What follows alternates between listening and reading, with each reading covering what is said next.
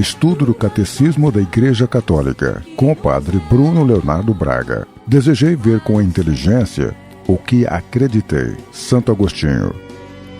Tuas asas que nos elevam em contemplação.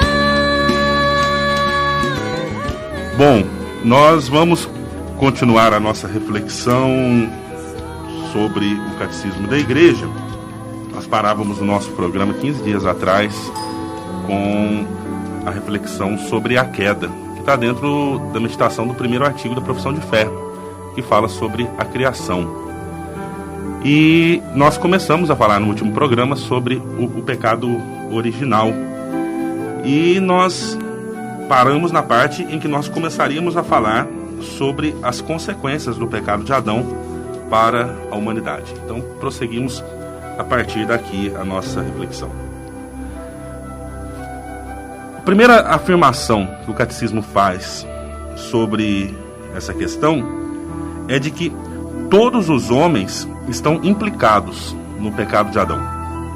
E ele recorda as citações de São Paulo. São Paulo, na carta aos Romanos, no capítulo 5, versículo 19, ele diz: pela desobediência de um só homem, todos se tornaram pecadores. Nessa mesma carta, no versículo 12, um pouco antes, ele diz: como por meio de um só homem o pecado entrou no mundo, e pelo pecado a morte, assim a morte passou para todos os homens, porque todos pecaram. Mas não paramos nessa má notícia. O apóstolo São Paulo também nos recorda que, se por um lado existe a universalidade do pecado e da morte, por outro lado também existe a universalidade da salvação em Cristo. É ele que vai nos dizer na mesma carta, Romanos 5, versículo 18. Assim como da falta de um só resultou a condenação de todos os homens, do mesmo modo, da obra de justiça de um só, a de Cristo, resultou para todos os homens justificação que traz a vida.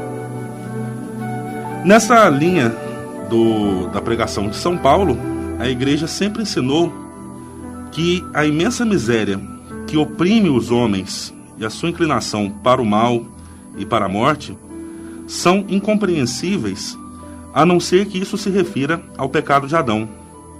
Não se pode compreender essa inclinação para o mal se nós desconsiderarmos que um pecado foi transmitido por nascimento e afeta a todos, e que é que é a morte da alma.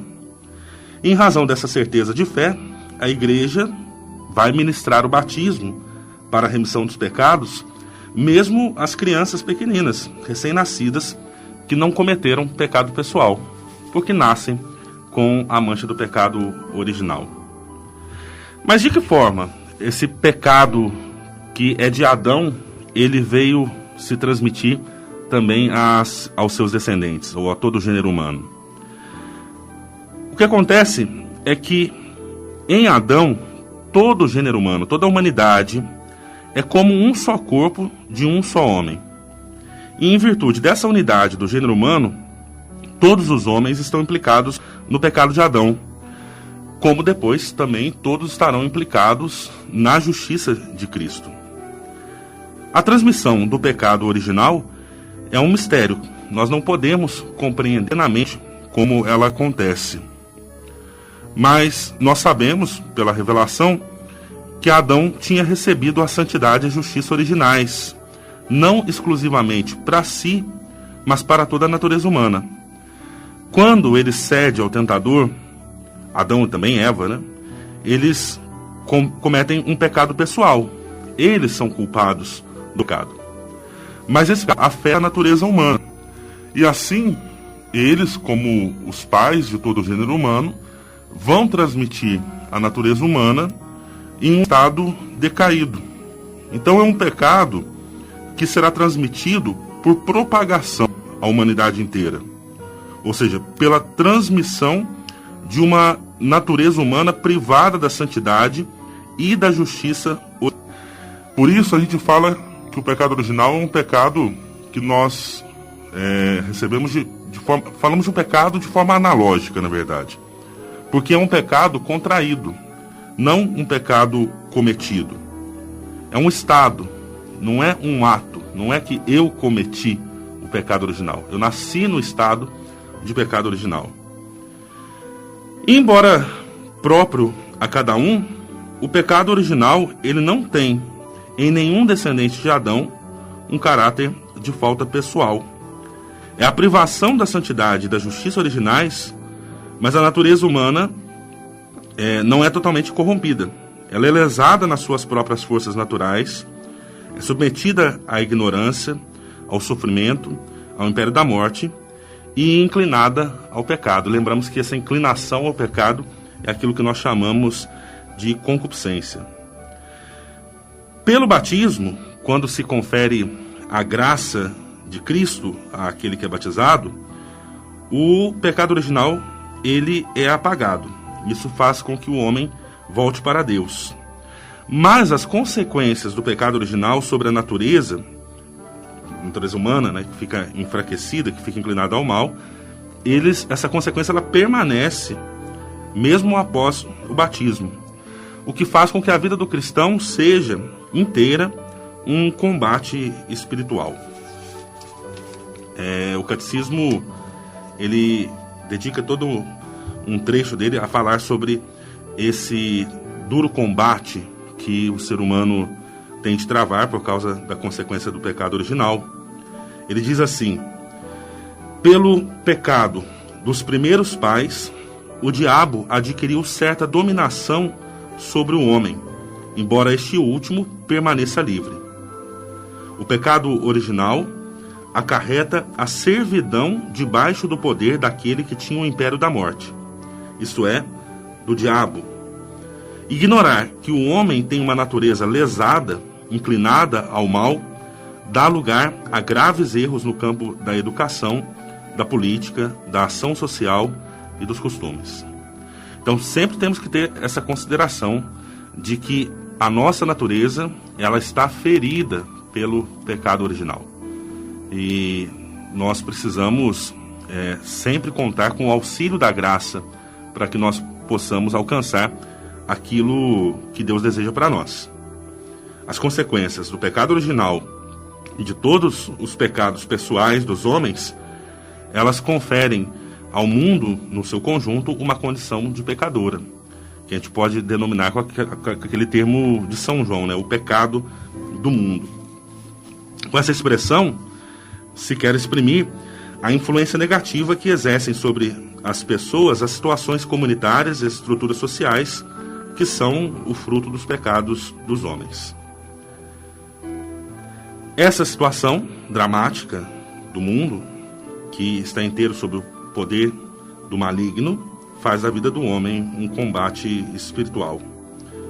Um combate que se iniciou já na origem do mundo, com o pecado de Adão, e que vai durar até o último dia. O homem ele deve lutar sempre para aderir ao bem, não consegue alcançar a unidade interior, senão com grandes labutas e o auxílio da graça de Deus. Mas temos ainda uma boa notícia, né? O homem não está entregue à própria sorte, né? O homem não está sozinho nesse combate. Como nos diz a Escritura Sagrada, não o abandonaste ao poder da morte. Como nos diz a tradição litúrgica da igreja, não o abandonaste ao poder da morte. Depois da queda, o homem não foi abandonado por Deus. Deus o chama e lhe anuncia de modo misterioso a vitória sobre o mal e o surgimento da queda. Por isso nós temos no livro do Gênesis o chamado proto-evangelho. Ou seja, logo depois da queda de Adão e Eva, nós temos o anúncio da salvação, quando Deus diz que colocará uma inimizade entre a mulher e a serpente, entre a descendência da mulher e a descendência da serpente. E que esta, a descendência da mulher, esmagará a cabeça da serpente. É muito interessante notar isso, né? Para a gente não criar confusão. Quem esmaga a cabeça da serpente não é a mulher. Quem esmaga a cabeça da serpente é a descendência da mulher, que é anunciado no livro do Gênesis em forma de profecia, referindo-se a Jesus, porque ele é o filho da nova Eva, que é Maria. Claro que em nada se reduz o papel de Maria dentro da história da salvação, mas explicitamente quem pisa a cabeça da serpente é Jesus, não é Maria. A sua participação ativa na história da salvação a coloca como corredentora, né, como nós costumamos chamar pela tradição cristã, mas nunca podemos esquecer que o protagonismo é sempre de Jesus Cristo. Bem, o catecismo ainda faz uma pergunta: por que Deus não impediu o primeiro homem de pecar? E nós temos uma resposta de São Leão Magno, que diz: a graça inefável de Cristo deu-nos bens melhores do que aqueles que a inveja do demônio nos havia subtraído. Ou seja, como nós cantamos lá na Vigília Pascal, na proclamação da Páscoa, né? Ao feliz culpa de Adão, que mereceu a graça de um tão grande Redentor. E esse fruto da graça redentora de Cristo vai ser colhido, em primeiro lugar, por Maria. Ela foi quem, em primeiro lugar, de uma forma única, se beneficiou da vitória de Jesus. Ela foi preservada de toda a mancha do pecado original e não cometeu nenhuma espécie de pecado, com o auxílio da graça de Deus, não cometeu nenhuma espécie de pecado ao longo da sua vida terrena. E assim nós encerramos a meditação sobre o primeiro artigo da nossa profissão de fé, e no próximo encontro nosso nós vamos entrar na meditação do segundo artigo: creio em Jesus Cristo, Filho único de Deus.